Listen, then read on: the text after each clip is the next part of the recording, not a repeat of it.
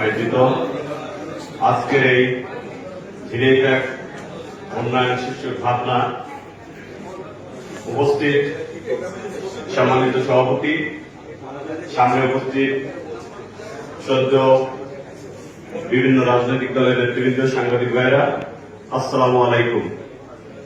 আমার বড় ভাইয়েরা ইতিপূর্বে বক্তব্য দিয়েছে, এখানে আমার কথা বলার তেমন কিছু নাই।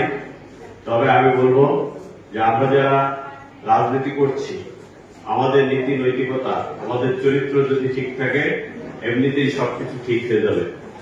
আমি সবাইকে ঝিনাইদহ উন্নয়নের জন্য সবাইকে আগ্রহী হওয়ার উদাত্ত আহ্বান জানাচ্ছি। কারণ আমাদের ঝিনাইদহ অনেক বড় বড় ভাই ঢাকায় আছে, বাট এলাকার বিষয়ে তাদের চিন্তা ভাবনা একটু কম থাকে।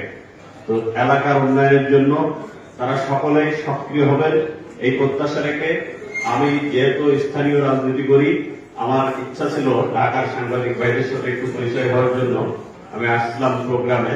অনেকে হয়তো চলে গেছেন, তারপরও যারা আছেন সবার প্রতি আমাকে এখানে আমন্ত্রণ জানানোর জন্য কৃতজ্ঞতা জানিয়ে আপনাদের সকলের বক্তব্যের সাথে একত্র ঘোষণা করে আমি আমার কথা শেষ করছি। আল্লাহ হাফেজ। বাংলাদেশ জিন্দাবাদ। সকলকে ধন্যবাদ। আসসালামু আলাইকুম।